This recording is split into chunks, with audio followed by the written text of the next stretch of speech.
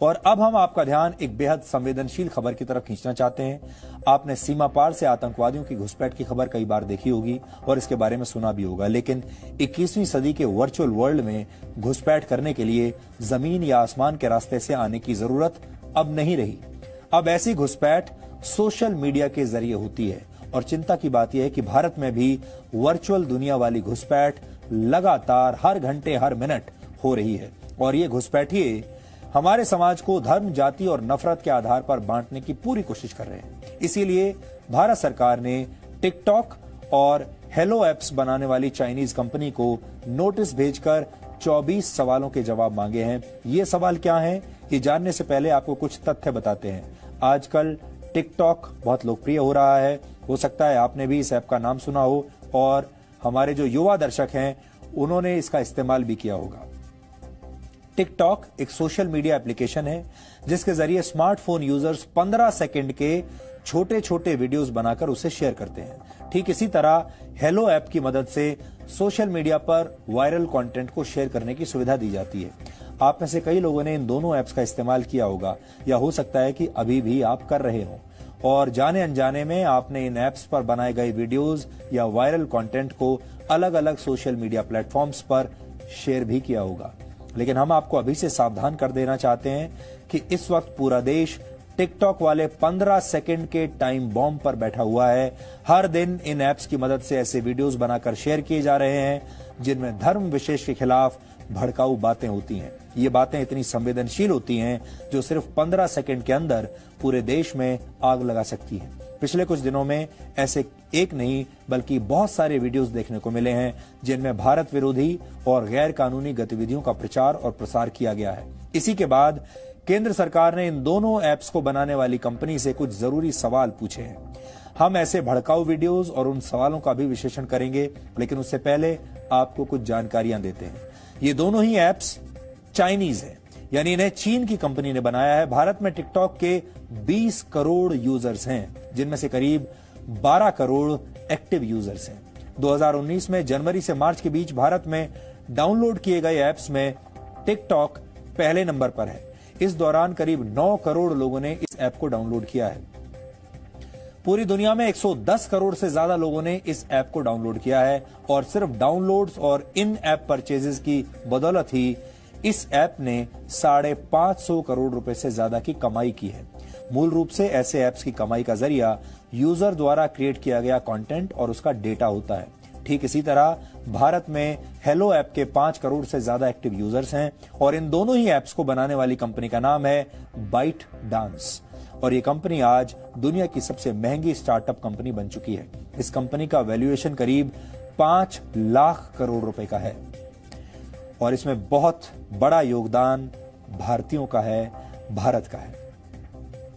ऐसी कंपनियों को सिर्फ अपनी कमाई की फिक्र होती है। उन्हें इस बात की कोई परवाह नहीं कि उनके द्वारा बनाए गए ऐप्स का गलत इस्तेमाल भी हो सकता है। बांग्लादेश और इंडोनेशिया ने पहले ही टिकटॉक पर प्रतिबंध लगा दिया था। इंडोनेशिया ने इसलिए बैन लगाया क्योंकि इस ऐप से नकारात्मक कंटेंट का प्रचार हो रहा था, नेगेटिव कंटेंट। लेकिन जब इस ऐप ने नेगेटिव कंटेंट को सेंसर करने की बात मान ली तो इंडोनेशिया ने प्रतिबंध हटा लिया, जबकि बांग्लादेश में इस ऐप की मदद से पोर्नोग्राफी को बढ़ावा मिल रहा था, इसलिए वहां टिकटॉक पर प्रतिबंध लगाया गया। अमेरिका ने फरवरी 2018 में इस ऐप पर करीब 40 करोड़ रुपए का जुर्माना लगाया था क्योंकि इसने गैर कानूनी तरीके से बच्चों से जुड़ी जानकारी चोरी की थी। लेकिन भारत के संदर्भ में ऐसे ऐप्स पर प्रतिबंध लगाना बाकी सभी देशों के मुकाबले कहीं ज्यादा आवश्यक है क्योंकि मामला नेगेटिव कंटेंट का तक सीमित नहीं है, बल्कि मामला उससे कहीं ज्यादा बड़ा है क्योंकि ऐसे ऐप्स की वजह से हमारे देश का माहौल खराब होता है।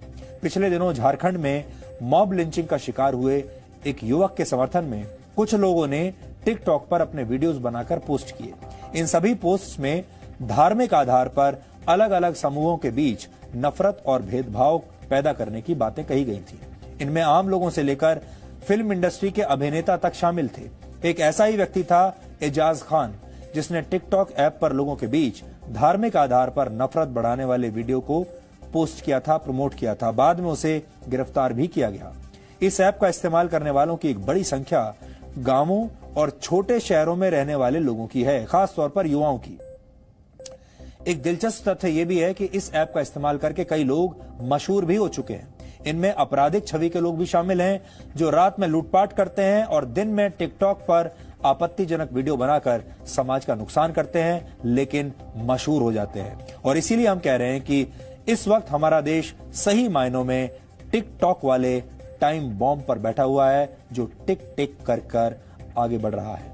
इस ऐप के माध्यम से जितने भी आपत्तिजनक वीडियोस रिकॉर्ड करके अपलोड किए जाते हैं, उससे एक बात तो तय है कि किसी को कहीं जाने की जरूरत नहीं। धार्मिक उन्माद फैलाने के लिए टिकटॉक के 15 सेकंड ही काफी हैं और ऐसा करने वालों को फूटी कौड़ी भी खर्च करने की जरूरत नहीं। वो खुद ही नफरत वाली एक्टिंग करते हैं, खुद ही उसे प्रोड्यूस करते हैं वीडियो को, खुद ही वीडियो को डायरेक्ट करते हैं और फिर उसका प्रचार करके समाज को दूषित करते हैं। टिकटॉक का यूजर एक दिन में औसतन 52 मिनट इस ऐप पर बर्बाद करता है। भारत इन दोनों ही ऐप्स का सबसे बड़ा बाजार है। हमने रिसर्च के दौरान टिकटॉक पर रोज अपलोड होने वाले वीडियोस की संख्या ढूंढने की कोशिश की, लेकिन वो जानकारी हमें नहीं मिली। हालांकि हमें इस ऐप पर देखे गए वीडियोस के व्यूज के बारे में जरूर पता चला। इनमें से कुछ वीडियोस ऐसे थे जिन्हें 100 या 200 लोगों ने नहीं बल्कि करोड़ों लोगों ने देखा, जिनमें सबसे बड़ी संख्या भारत के युवाओं की थी। इससे आप समझ सकते हैं कि हमारे देश के युवाओं के पास कितना समय है। चिंता की बात यह है कि ऐसे ऐप्स पर अपलोड होने वाले वीडियोस की निगरानी के लिए हमारे देश में कोई सिस्टम नहीं है। किसी ऐप का यूजर कौन सा कंटेंट जनरेट कर रहा है, उसे सेंसर करने के लिए हमारे देश में कोई डेडिकेटेड बॉडी नहीं है, कोई रेगुलेशन नहीं है। कोई भी चाहे कुछ भी अपलोड कर सकता है। हालांकि परिस्थितियों को देखते हुए भारत सरकार ने अब जाकर कुछ कदम उठाए हैं और इन दोनों ऐप्स को बनाने वाली कंपनी से 24 सवाल पूछे हैं। सरकार की तरफ से पूछा गया है कि टिकटॉक और हेलो ऐप्स बड़ी संख्या में डेटा इकट्ठा कर रही हैं। ये डेटा क्या है? दोनों ऐप से आश्वासन मांगा गया कि भारतीय यूजर्स का डेटा किसी दूसरे देश, किसी तीसरे पक्ष या किसी निजी इकाई को ट्रांसफर तो नहीं किया जाएगा। सरकार ने उन आरोपों पर भी सफाई मांगी है जिसमें इन दोनों ऐप्स का इस्तेमाल भारत विरोधी गतिविधियों के लिए किया जा रहा है। टिकटॉक पर उपलब्ध आपत्तिजनक और अभद्र कंटेंट को रोकने के लिए इस ऐप की क्या पॉलिसी है, इस पर भी सवाल पूछा गया है। और साथ ही ये भी पूछा गया है कि टिकटॉक के वीडियोस को देखने से पहले छोटे बच्चों के लिए चेतावनी का टैग उन्हें जारी करते हैं या नहीं।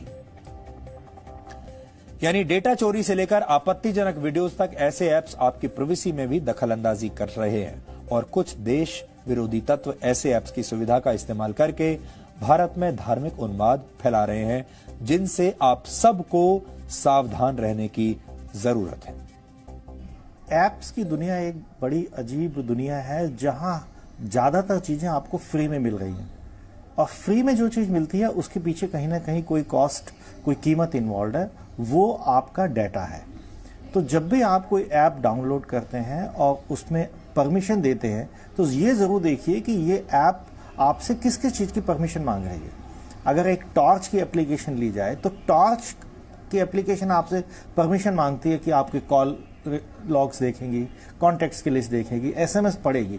इसका मतलब है कि ये ऐप खतरनाक है, ये आपकी प्राइवेसी को ब्रीच कर रही है। ऐसी एप्लीकेशन को कभी डाउनलोड ना करें। एक आपको पता होगा कि स्मैश ऐप करके एक एप्लीकेशन आई थी जो गूगल पे बहुत दिनों तक रही और जिसका जासूसी में काफी नाम उछला और बाद में उसको बैन किया गया। इस तरह से यूजर डिस्क्रिप्शन, जो इस्तेमाल करने वाले लोग हैं, उनके जागरूकता की बहुत ज्यादा आवश्यकता है। टिकटॉक और हेलो दोनों ही ऐप्स को 22 जुलाई तक अपना जवाब देना है और अगर ये ऐसा करने में नाकाम रहे तो मुमकिन है कि इन पर कड़ी कार्रवाई हो या इन दोनों ऐप्स को भारत में भी बैन कर दिया जाए। सूत्रों के मुताबिक तमिलनाडु, तेलंगाना, महाराष्ट्र, पश्चिम बंगाल और गुजरात की सरकार भी इन ऐप्स पर बैन लगाने के पक्ष में है और ऐसा कहा जा रहा है कि पंजाब और कर्नाटक भी इसमें शामिल हो सकते हैं। इस बीच टिकटॉक और हेलो दोनों ने एक संयुक्त बयान जारी किया है और कहा है कि वो भारत सरकार को पूरा सहयोग देने के लिए तैयार है। लेकिन आप जरूर इनसे सावधान रहिए। आप अपने घर में ताला लगा सकते हैं, अपने घर के दरवाजे अंदर से बंद कर सकते हैं, लेकिन ये ऐप्स ऐसी हैं जो दरवाजे से नहीं, आपके मोबाइल फोन से आपके घर के अंदर आ जाएंगी, आपके परिवार में आ जाएंगी, उसके बाद आपके समाज में और आपके देश में, और फिर पूरा माहौल खराब कर देंगी।